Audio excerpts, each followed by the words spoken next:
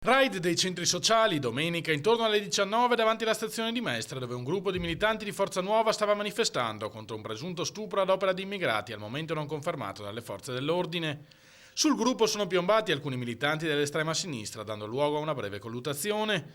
La rissa è durata pochi secondi, fino all'intervento delle volanti e della Polfer, poi gli aggressori si sono dati alla fuga.